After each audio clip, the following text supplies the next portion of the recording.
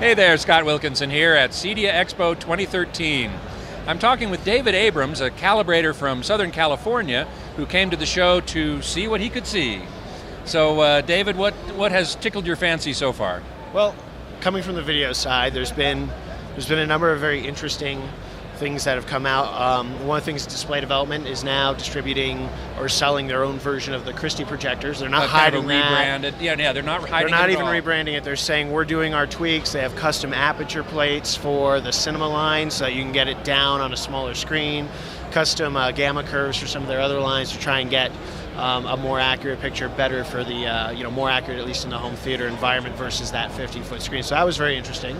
DPI, of course, has their LED projector. The Titan LED. The Titan LED, yeah, the Titan LED. Which we saw yesterday and found out, we noticed immediately, both Mark and I, that the color gamut is way outside of Rec 709. Yeah. And you noticed that too, I'm sure. Yep, and they were saying, during the demo, we're showing it wide color gamut to show you the potential of the color gamut of this projector. We realize it's not quite hitting the spec right now, but you can calibrate it to the spec and create that memory on there. But it was very interesting that they've got a very big projector that's quiet, that can do a larger screen, but with LEDs being quieter, and then they're actually running 6 LEDs. They're running 2 red, 2 green, 2 blue in order to get the brightness, and then are liquid cooling that. So they've got some really interesting stuff coming out there. Right, and it certainly is a lot brighter than any of the other LEDs projectors you've seen. Oh, absolutely. Absolutely a lot brighter. So, but it's also, $80,000? Yeah, when they told me that, I was like, $80,000. Okay. I'm probably not going to have one in my living room, but it is a unique concept. And of course, for those rooms, where you have the projector over the person's head, or you don't have a soffit, you can't really put a sound box around it necessarily, it may be a very good fit. Yeah, liquid cooled and very quiet, runs cool to begin with. Sure. And no fans.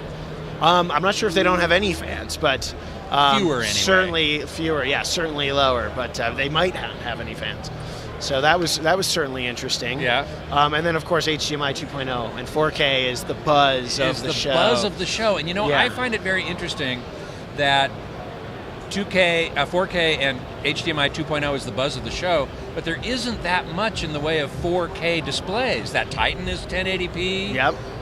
The Christie, the display development Christie is 4K. Yes. Sony has a 4K, but Epson doesn't. Yep. JVC sorta does, but not really. Yep. Well, anywhere from the DLP technology, there's not going to be 4K in the consumer world, really, because TI is not selling chips outside of the cinema vendors. So they're trying to keep it to digital cinema for whatever reason, licensing agreements, however they've worked that out. That's coming down the road, is what everyone keeps saying is, oh yeah, we're going to have 4K DLP soon. We're going to have it soon. Just keep holding out for 4K DLP. But of course, but for now, if you want it, you got to buy a digital cinema projector like the Christie. Yep, like the Christie, which Display Development, of course, is got out there. And then, of course, if you want 4K from other vendors, the LCDs, the SXRD technologies, you've got Sony. Sony's got their new line, right? I think I didn't catch all the pricing, but I think they have a 4K now at $15,000 retail. $15,000, exactly. Yeah. It's the VPL VW 600 ES, yep. Which is a lower cost than their 1000, which was their first 4K. And the interesting thing about that is that the 1000 was incompatible with their server, their 4K Hatbox server. The 600 is compatible with it, and Sony is offering an upgrade to the 1100, which is also compatible. Oh, nice. Yeah. And I saw that 1100. Is that going to be the same price as the 1000 was, the $25,000 retail? I'm not 100% sure. Okay. Roughly. It'll be in the same ballpark, which is like $25,000. But still, 4K at $15,000 from Sony, it's pretty nice. Pretty good. And have you seen that demo yet? I have not. Okay, you should. It has a long line, and for a good reason. It's got a long. We actually got to see it, and they showed two things. They showed real 4K content, native 4K content, and then upscale. Okay. And the native 4K content looked really good. I thought it looked fabulous. Okay. And the upscaled stuff looked good too. So we're getting into a price point area here where it's going to be useful, accessible, attainable. Yes, to many. To many. Yeah, not everybody. Even on a small home theater scale, you're going to be able to get 4K, and you're going to be able to get that. And the content from their server. Yes, and the content from their server. So that's very interesting. And then I guess the other interesting thing is the whole HDMI story. What's your hit on HDMI 2.0? Well, the word around here, the HDMI group and stuff, people that are a part of it have basically stated, the current stuff that's upgradable to HDMI 2.0 is really upgradable, and it'll support certain parts of it. If it supports one thing that's part of the HDMI 2.0 spec, they can say, we're upgradable to 2.0, we're supporting this 2.0 feature, and therefore we're 2.0. Right. So a lot of the companies that have displays currently on the market are using the current HDMI chipsets, which, that's all you can ask for, right? They're using the state-of-the-art chipsets that are out there right now. Right. 2.0 has only been ratified or finalized for, a month or two? Sure. So no one's built chips yet. That's right. So what they're using is current chips that are capable of handling some of the 2.0 features, but not necessarily everything. And so one of the things that's come to the attention from a number of manufacturers around here that make HDMI products is they won't be able to do 4K 60 with the current chips at 422 or 444. Which is a color compression. Yeah, color space formats. Color space formats. Sure. So, but they can do 420, which is, again, a form of compression. That's what's on your Blu-ray disc, your DVD is 420. But ultimately, it gets converted, right? It gets decompressed to either 422, 444, or RGB out of the player.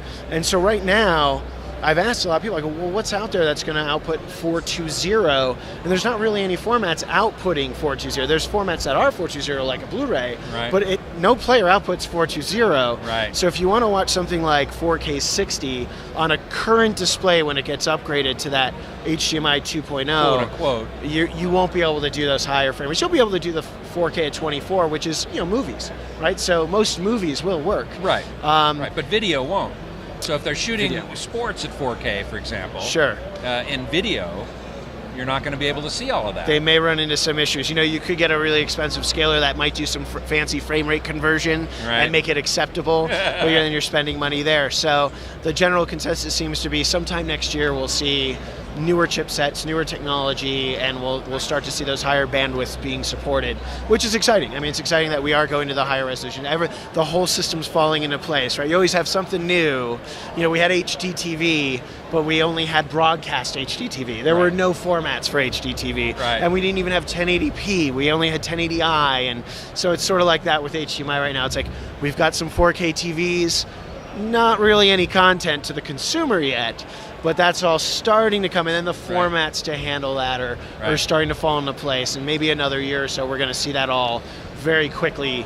Oh, now you've got a player that can do it. Now you've got a receiver that can pass it. Now you've got a scaler that can do it. Now you can have a TV that can run it. So, the display side of things seems to be moving along more quickly than anything else. Oh, yeah. Because you've got LG just announced 2 more 4K Ultra HD sets, edge lit rather than backlit. Okay.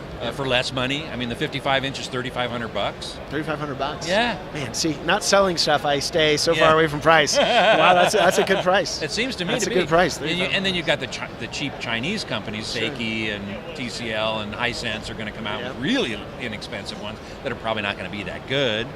We'll have to see. We'll see at CES, won't we? We will see at CES. Let's hope absolutely. So I want to make sure to let everybody know that your company, Avical, you're based in LA, but you can travel anywhere, and you calibrate all kinds of displays. All kinds of displays, from broadcast studios, we do a lot of edit bays, our color suites, screening rooms, to high-end home theater, to plasma TVs in people's living rooms.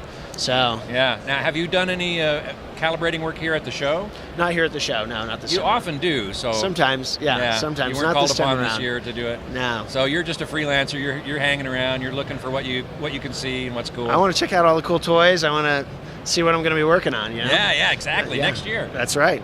Cool, man. Thanks so much for being here. All right. Well, thank you. All right.